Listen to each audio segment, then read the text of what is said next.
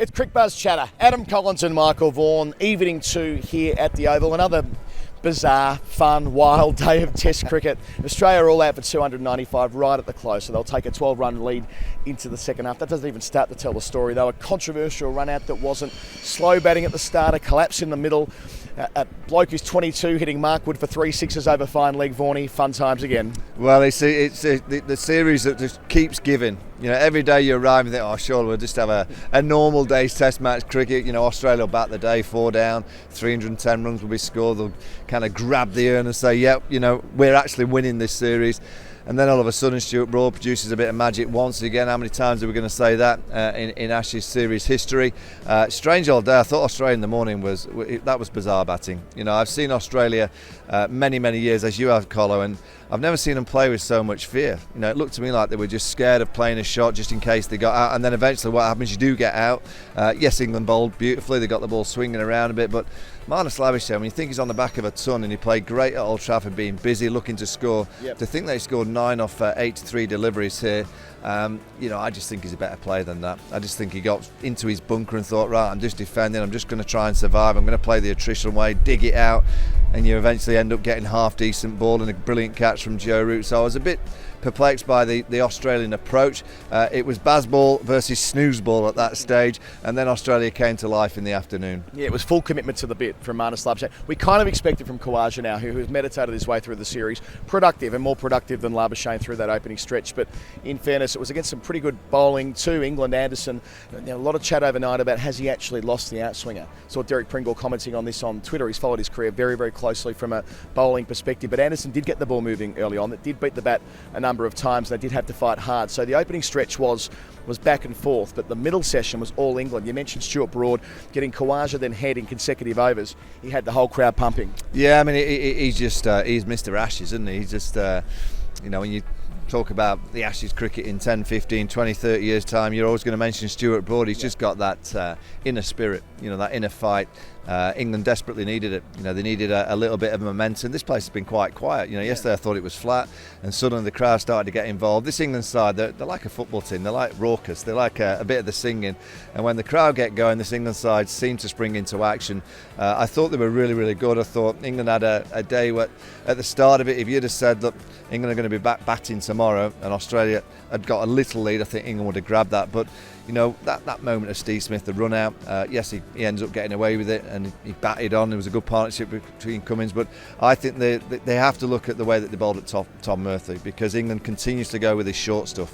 You know, they're doing it consistently, and Australia's last 3 have put on another 100 runs, which could be a huge difference in the Test match. Yeah, you mentioned the sixes. There was 2 earlier as well. Marsh hit a gigantic 6 over here, and he was out a couple of overs later. James Anderson chopping on, getting Anderson a wicket, which he so dearly craved, and the response from the England team reflected that. And then Alex Carey hit a 6 over Cow Corner. Next ball caught it covered by Ben Stokes, who could not believe his luck, and that was courtesy of Joe Root. 2 wickets today, 7 in this series. He's got a better bowling average, Vaughanie. I think you were on air on TMS when this came up. Every England spinner since the turn of the millennium has got a worse bowling average than Joe Root against Australia. Only Jack Leach is better than him by a run or something like that. So Root playing his role as the golden arm once again. But you know, Pat Cummins had to combine and play a role. We've barely seen Cummins with the bat since Edgbaston. Had to dig in with Steve Smith, and we'll come to the run out in a moment. But Cummins having a good Test match. Yeah, this game reminds me of Edgbaston. I know the scores are a little bit shorter in terms of runs, but Cummins was outstanding in the first innings at Edgbaston. He did all right with the bat. Very similar game of cricket. You know, you can see the Aussie skipper. He's got the bit between his teeth this week. There's a bit of cloud around tomorrow. Pat Cummins with the ball in hand. Will Australia drop another 5 catches in the second inning? I doubt it. I don't think we'll see Australia field as badly again. There was the controversy I touched on before, the run out that wasn't. The invidious situation that Nitin Menon was put in, not having as many angles. Of course, there's a million angles now. There are so many television cameras, and the deeper into the afternoon we got, I guess the more you could make the case that Smith was out. But boy, the drama. And Nitin Menon having all that pressure on him and putting up on that screen not out was some moment. Where did you land on all of this? I just think very simple. England fans, it's out. Australian fans, it's not out. I just think it's such a tight one. It's such a a fine line.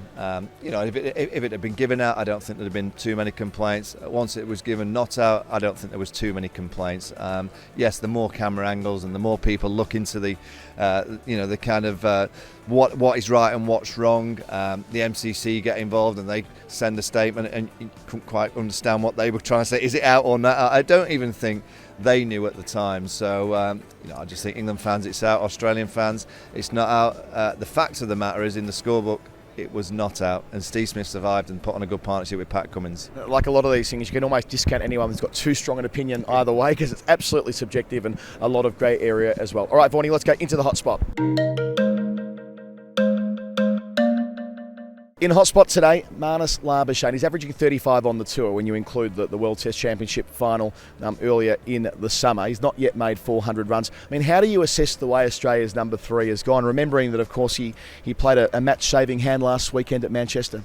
Yeah, I mean, I love the way that he plays. When he's at his best, and in Manchester he was at his best because he was busy, he was kind of looking to score, he was getting those kind of feet moving towards the ball as if I'm saying, like, I'm going to try and score. I thought he was just so negative this morning. It's not the Marnus that I've seen over the last few years. Stroking the bail, being put off by Stuart Broad, changing the bails, whether that's got into his psyche. I can't imagine it gets into a player like Marnus' psyche, but I just think he's almost overcome. He was complaining about the light. I saw that, as he walked off, you could see that he's saying it's too dark.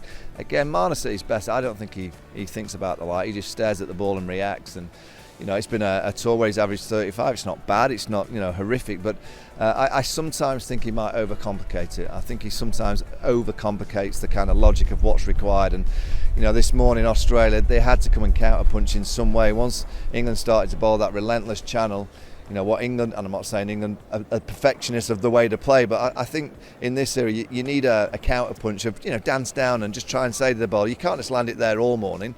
Try and do something different. And maybe in the second innings we'll see a different Marnus. We'll see him like the second innings at Old Trafford. But I think Marnus is one of those kind of studiers of the game, and he'll realise that the way that he played this morning is not the Marnus that we've seen over the last few years. Yeah, especially when Khawaja was already doing it. He's faced 1,113 balls in the series, almost as many as you faced in 2002, 2003. All right, let's press fast forward.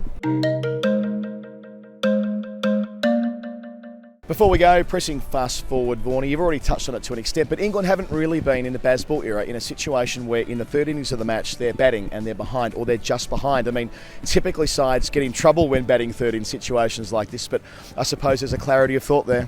Yeah, I mean, we had it at Edgbaston where, I think a lot of people have said, it's Ben Stokes' declaration at Edgbaston, that was, what lost England the Test match. I actually thought it was England's batting in the second innings.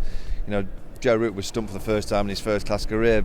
The trap was set for Johnny Bairstow with a sweep. Guess how he got out, sweeping the ball. So England have got a great chance tomorrow. Yes, they're going to score at 4.5, 5 runs and over, but I just think that England have got to play with half a brain, half a bit of sensibility because of the bowlers. There's no Moeen Ali. Joe Root's doing a great job. He doesn't bowl too many balls, but bad balls. I don't think Australia will fear Joe Root's off spin, chasing 300 on a pitch that generally gets better. This is a good pitch here at the Oval. It won't deteriorate. I don't think we'll see balls that go underground and fly off a length. We know here at the Oval, when the sun shines, this will be a pure batting wicket. So I think England batters, yes, play your natural game when you can, and if you can get on top, obviously go out and try and get on top. But there may be a time, particularly if Pat Cummins spreads the field, where they just got to play with a bit of sense and just knock it into the gaps, rotate the strike, and just give those bowlers, just give them a few hours. Let them have a few cups of tea, one massage, 3 cups of tea, and then they can go and bowl just one spell tomorrow night. But if England are batting by mid-afternoon, and I fear they might be because they'll come out playing a lot of shots in the morning, there's going to be clouds around, I'm sure it'll swing. If Australia are only chasing 200, 220, I think they'll have enough in the tank to get over the line. What I feel certain in declaring, it won't be a boring day's cricket, because it can't be. Not when these two teams are playing at the moment. This has been Cricbuzz Chatter. Adam Collins, Michael Vaughan. Can't wait to do it all again tomorrow.